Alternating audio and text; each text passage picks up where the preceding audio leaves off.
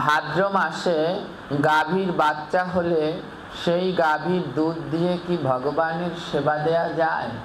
এইটা আমাদের গ্রাম অঞ্চলের এক বিশেষ প্রকারের আলোচনা, যারা আমরা গ্রামে থাকি। হ্যাঁ, আর মানে ভাদ্র মাসে যদি কোনো কারো মানুষেরও বাচ্চা হয় তাহলে সেই নিয়েও লেগে যায় দ্বন্দ্ব, মনের ভিতরে অমিল গরমিল। কিছুদিন আগেই আমার এক গুরু ভাইয়ের তার একটা মেয়ে হয়েছে ভাদ্র মাসে, তো সেই নিয়ে সবার মনে একটু রয়েছে, কিন্তু সেরকম কিছুই নয়।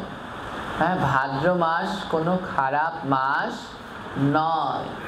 যদি ভাদ্র মাস খারাপ হবে তাহলে এই জগতের এরকম বলে ভাদ্র মাসে জন্মালে সেই বাচ্চা অভদ্র হয়। হ্যাঁ, বলছে ভাদ্র মাসে জন্মালে সেই বাচ্চা অভদ্র হয়।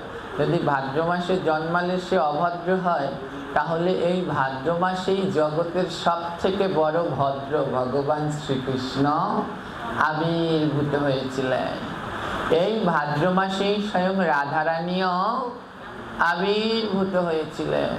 তো যদি এই ভাদ্র মাস অশুদ্ধ অপবিত্র হবে তাহলে কেন রাধা কৃষ্ণ দুইজনেই ভাদ্র মাসে আসলেন? এগুলো মানুষের কুসংস্কার আর ভুল ধারণা ছাড়া কিছুই নয়।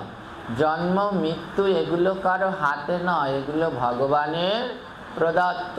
জন্ম মৃত্যু বিয়ে তিন বিধাতা নিয়ে, এগুলো কেউ চাইলেই কিছু করতে পারবে না। যাকে ভগবান যেদিনকে পাঠাবে তাকে সেদিনই আসতে হবে। কিন্তু এইগুলো আমাদের কিছু কুসংস্কার, যে ভাদ্র মাসে জন্মালে তার বোধহয় রাশি ভাগ্য খারাপ। এইটা ঠিক যে বিভিন্ন শাস্ত্রে উল্লেখ আছে কেউ যদি ভাদ্র মাসে জন্মায় তাহলে তাকে অনেক বাধার সম্মুখীন হতে হয়। যেমন আমরা দেখি ভগবান শ্রীকৃষ্ণ ভাদ্র মাসে এসেছিলেন, তার কত বাধা ছিল না, অগাসুর বগাসুর পুতনাসুর কত কেউ তাকে মারতে চেয়েছিল, কিন্তু মারতে পেরেছে? বলছে এই ভাদ্র মাসে আসলে তার জীবনে যেমন অনেক বাধা হয় তেমনি ভাদ্র মাসে যারা জন্মগ্রহণ করে তারা সমস্ত বাধা থেকে উত্তীর্ণ হতে পারে। এই ভাদ্র মাসে যাদের জন্ম তারা কিন্তু খুবই ভক্ত হয়। জগতের অনেক অনেক শুদ্ধ মহাত্মা যারা এই ভাদ্র মাসে আবির্ভূত হয়েছিলেন, রূপাদি গোস্বামীগণেরও এই ভাদ্র মাসে আবির্ভূত হয়েছিলেন অনেক, আমি দেখেছি অনেক শুদ্ধ ভক্ত, তারা কিন্তু এই ভাদ্র মাসেই তাদের আবির্ভাব তিথি। এই যে আমাদের সামনে বসে আছে আমাদের ভাই নিতাই গৌর, আপনাদের যারা দুর্জয় বলে ডাকেন, ওরও জন্ম কিন্তু ভাদ্র মাসে। হ্যাঁ, ওরও জন্ম ভাদ্র মাসে, রাধা অষ্টমীর দিন। আমি দেখেছি যারা এই ভাদ্র মাসে জন্মগ্রহণ করে এরা খুবই কৃষ্ণ ভক্ত হয়। তাই ভয় পাওয়ার কোনোই কারণ নেই। ভাদ্র মাসে যদি কেউ জন্মগ্রহণ করে সেটা কোনো সময় খারাপ নয়, বরঞ্চ তারা আরো বেশি কৃষ্ণ ভক্ত হয়, কারণ এই মাসে ভগবান নয় স্বয়ং রাধারানীও এসেছে। বলে ভাদ্র মাসের যদি কালৌষতা থাকে সব কৃষ্ণ গ্রহণ করে নিয়েছে, সব কালৌষতা গ্রহণ করে তিনি কালো হয়ে গেলেন, আর এই মাসকে করে দিলেন পবিত্র। ভগবান কৃষ্ণ এসে সব কালৌষতা নিয়েন, আর তারপরে রাধা রানী আসলেন পূর্ণিমার চাঁদের মতো সব আলো করে। এই মাসে কোনো অপবিত্রতা নেই। এবার প্রশ্ন, ভাদ্র মাসে গাভীর বাচ্চা হলে সেই দুধ দিয়ে কি ভগবানের সেবা দেয়া যায়? গাভীরা সব সময় পবিত্র। আমরা মানুষরা অপবিত্র হতে পারি, কিন্তু গোমাতা কোনো সময় অপবিত্র হয় না। এবার প্রমাণ দেখুন, ভগবান শ্রীকৃষ্ণ যখন আবির্ভূত হবেন, ভগবানের তার জন্ম হয় না, আবির্ভাব। হ্যাঁ, তখন স্বর্গের দেব দেবীরা অপেক্ষা করছে। হ্যাঁ, স্বর্গের দেব দেবীরা অপেক্ষা করছে যে আমরা সবাই ওই ভগবান শ্রীকৃষ্ণের লীলায় অংশগ্রহণ করব। কৃষ্ণের কয় লক্ষ গাভী ছিলেন জানেন? 9 লক্ষ গাভী। এই 9 লক্ষ গাভী কারা? এই 9 লক্ষ গাভীরা হচ্ছেন ত্রেতা যুগে শ্রীরামচন্দ্রের অযোধ্যার বাসিন্দারা। যারা দাপর যুগে 9 লক্ষ গাভী, এরা ছিল ত্রেতা যুগে অযোধ্যাবাসী। অযোধ্যায় রামচন্দ্র যেখানে ছিল ওইখানে যে বাস করত যে 9 লক্ষ ভক্ত, তারা হয়েছে দাপর যুগে 9 লক্ষ গাভী। কি করে হলো না, দাপর যুগে রামচন্দ্রের অযোধ্যাবাসীরা, রামচন্দ্র কি অপূর্ব সুন্দর তার দিব্য রূপ না, মা কৌশল্যা রামচন্দ্রকে প্রতিদিন স্তনপান করায়। অযোধ্যাবাসী নারীগণ, অযোধ্যাবাসী যত রমণী আছে, তারা ওই রামচন্দ্রকে দেখে আর লোভ সামলাতে পারছে না।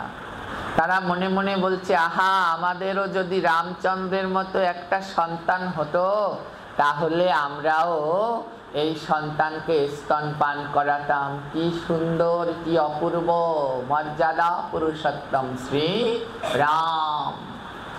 অযোধ্যার যত মায়েরা আছে তারা মনে মনে অভিলাষ করলেন, প্রভু যদি একবার আমাদের স্তন দুগ্ধ তোমার সেবায় লাগতো, তাহলে আমাদের জীবন ধন্য হতো। ভগবান পরীক্ষা করলেন, তাদেরকে রাত্রবেলায় দেখালেন, তোমাদের যদি এই মানুষ কুলে আমাকে তোমরা পাবে না, অন্য কুলে যদি জন্মাও, তাহলে কি তোমরা আমায় পাবে? তো অযোধ্যাবাসী সেই নারীগণ বলছে, প্রভু যেই কুলে জন্মাই শুধু আপনার সেবায় যেন লাগতে পারি। ভগবান বলছে, তোমরা গোকুলে জন্মাতে পারবে? অযোধ্যাবাসী মায়েরা বলছে, কেন পারবো না প্রভু, তোমার সেবার জন্য সব করতে পারবো। সেই অযোধ্যাবাসী মায়েরা 9 লক্ষ গাভী হয়ে জন্মগ্রহণ করলেন দাপর লীলায়।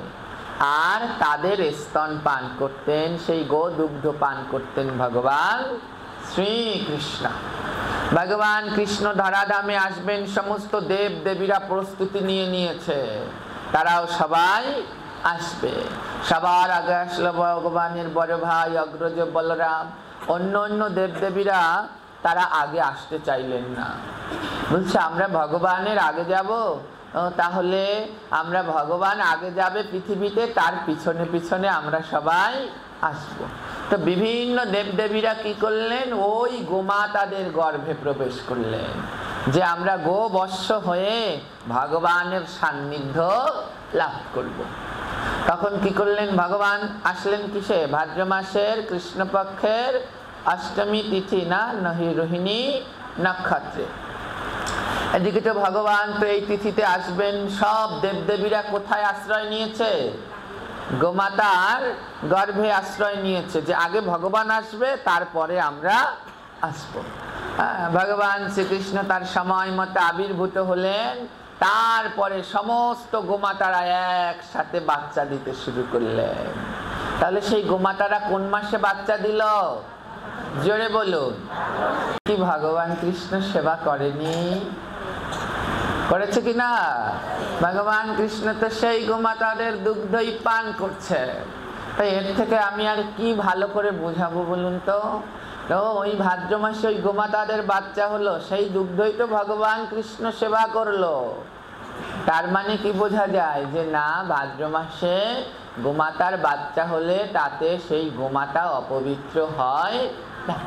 আমি অনেক জায়গায় দেখেছি, আমাদের বাড়িতেও দেখেছি ছোটবেলায়, যে ভাদ্র মাসে গোমাতার বাচ্চা হয়েছে, ওই গরুটাকেই বিক্রি করে দিচ্ছে, ওটাকেই আর ঘরে রাখছে না।